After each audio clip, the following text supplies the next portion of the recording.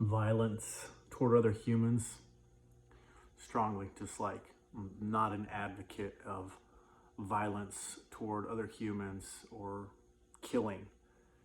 In the rare exception of your life being threatened, someone you love's life being threatened, obviously different situation, right? To protect yourself. Violence against children, that's just, that's a whole other arena right now. Hurting an innocent child in any way, shape, or form, physically, mentally, psychologically, sexually. I mean, come on. This world we live in, I can't say for sure, right? There's an element of people who have faith, right? People who walk with being tuned into the source, right? That we don't live in fear. I don't believe in living in any type of fear. I do believe in using wisdom, right? Being aware of our surroundings to the best of our ability. Um, that there is protection for ourselves and those that we love. And does that mean, we all need to go out and be trained in mixed martial arts or Krav Maga or, self-defense stuff?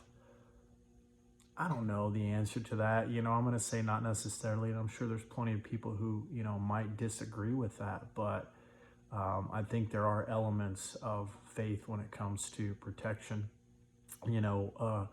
A group of us from Rotary Club extended an invitation out, and we rented out a whole theater tomorrow for a private showing of Sound of Freedom. Um, you know, I've seen a lot of different clips and watched a lot of different interviews with Jim Caviezel and Tim Ballard, but I've refrained myself from, seeing the movie. I wanted to watch it when it came out on the 4th of July, but I really wanted to do this with this group and just, be able to pay it forward and, generate some community awareness and community support. I have the privilege, I don't know, a year and a half, 2 years ago, to connect with a human trafficking outreach out of Colorado. One of the very few that work directly with the FBI to help victims. And, my heart is so passionate about this, along with, fentanyl awareness and fentanyl crisis coming across, the borders is now the number one killer of Americans age 18 to 45. But, it's extraordinary to me. I feel like the release of this film just provoked a hornet's nest, like just released something that has managed to be obscured, hidden away. It is just, there's so much darkness in the world out there that remains in obscurity, right? Especially with this superficial, plastic, social media, digital age that we live in, right? AI age, where they can take a real-time video and basically cut it and manipulate it, and it'd be very hard for anyone to tell that it's been tampered with. That's where we're at with technology. And so we're in this technological revolution, which has allowed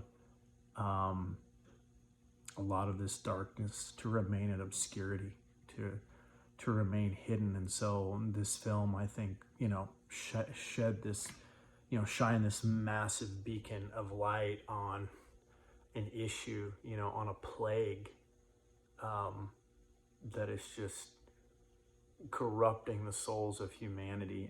As a parent, as a daddy, it's just incomprehensible to think of what has to be going on in the mind of someone mentally, psychologically, that would willfully hurt or do damage to a child, a little child, especially, sexually, physically. What happened to damage the human psyche, or what level of passivity, you talk about having your conscience seared, right, to not be pricked, to not be, in my mind, there's such a level of greed, of sheer greedy lust for money and for power that has been released on this planet, that, you know, people who maybe once had an ethical or a moral compass were just able to put that under wraps, right? To shove it under the carpet in the name of greed. And I remember when the director of this outreach in Colorado, I had her join us via Zoom and, you know, share for Rotary Club, and you could hear a pin drop when she finished, right? The shock and the awe, the faces, just the people not aware that this was hitting so close to home. Like, this is an issue in our backyards, right? Family members, you know, parents trafficking their own children. And I was telling somebody recently, it reminded me, post Hurricane Katrina, after Hurricane Katrina rocked New Orleans, we went down to Houston and were helping with outreaches and walked into the Reliance Center in the Astrodome, right? And first thing you see is just cots laid out, you know, thousands of cots. And to my left is a 80-year-old grandma with, you know, 2 little grandchildren, and the mom presumed dead and missing, and just cries and tears and panic and chaos and confusion. That there's something about the survival instinct when human beings are pushed into a corner, forced to survive, right? Forced to protect themselves against, you know, whoever the predator is, whether it be human being, nature, or whatever, that something is triggered.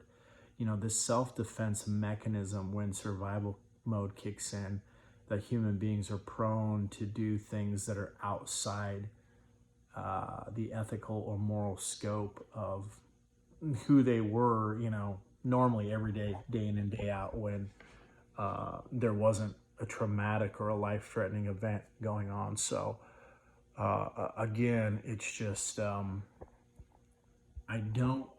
don't foresee things getting any easier. For me, that, you know, that was back, what, 2005, Hurricane Katrina.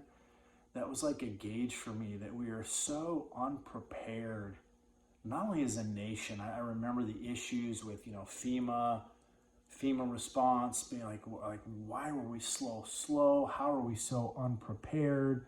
You know, we talk about things like, you know, EMP, electromagnetic pulse, you know, wiping out the power grid that are so interconnected in this nation. Like what would it look like? We're so heavily reliant on technology and things like that. We don't realize how ill prepared we are at times, right?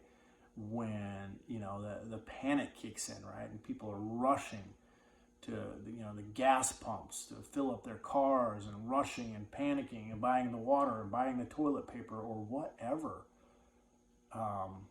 So, you know, there's an element of, yeah, we learn to plan and prepare to the best of our ability. Like, nobody can predict exactly what tomorrow, the future holds, but what type of resilience are we creating in our mental psyche, right, to prepare for this? And how do we not let fear be the driving force? Because I see so much of the issue being motivated by fear. And, you know, whoever's, you know, behind the scenes pulling the strings or whatever, right? Fear allows people to be controlled.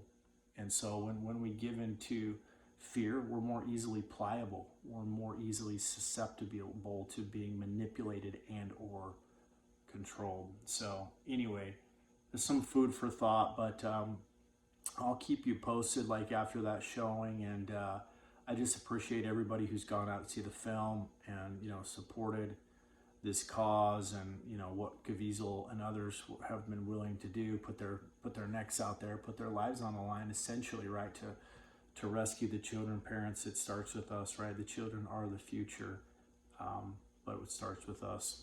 Appreciate y'all.